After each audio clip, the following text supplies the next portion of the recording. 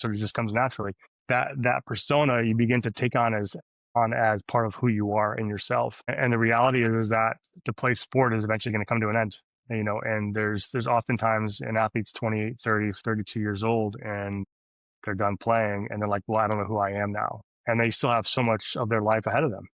Yeah. But there's a sense of grieving. There's an old adage that says athletes die twice. Once when they stop playing, and then and then second time is when they actually physically die. And it's true. And so because of this reality of who they are is tied up to their sport and their performance and how well they're playing, how well they're not playing, all those type of things. And so being able to speak into that, one of the main things we talk about is that the core essence of who we are as humans, our identity, it has to be anchored in something that can't be taken away. And so when we recognize that reality, that especially from a faith standpoint, is that who I am and how I created in God's image and having a relationship with Him, that's not something that can be taken away from me. That's something that's fixed. It's continuing not only in this present, but also for all eternity.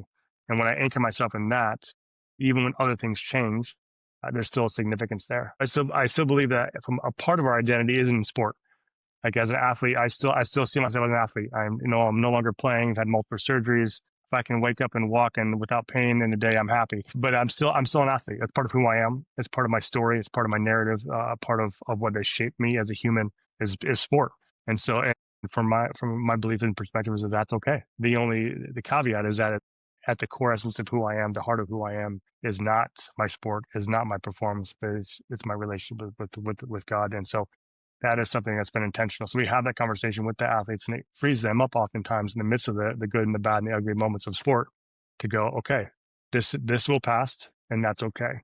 And I know that I'm created for something greater as well in what's to come, because I'm anchored in something that in my faith that can't be taken away, regardless of what happens around me. That's incredible. I really appreciate you sharing how it personally shapes you as well. Hmm. Something that came to my mind too, I'm sure it also really enables you to move past mistakes, right? Because Yeah, it keeps you really grounded in that way, right? It's like short yeah, memory in that way too. that's right.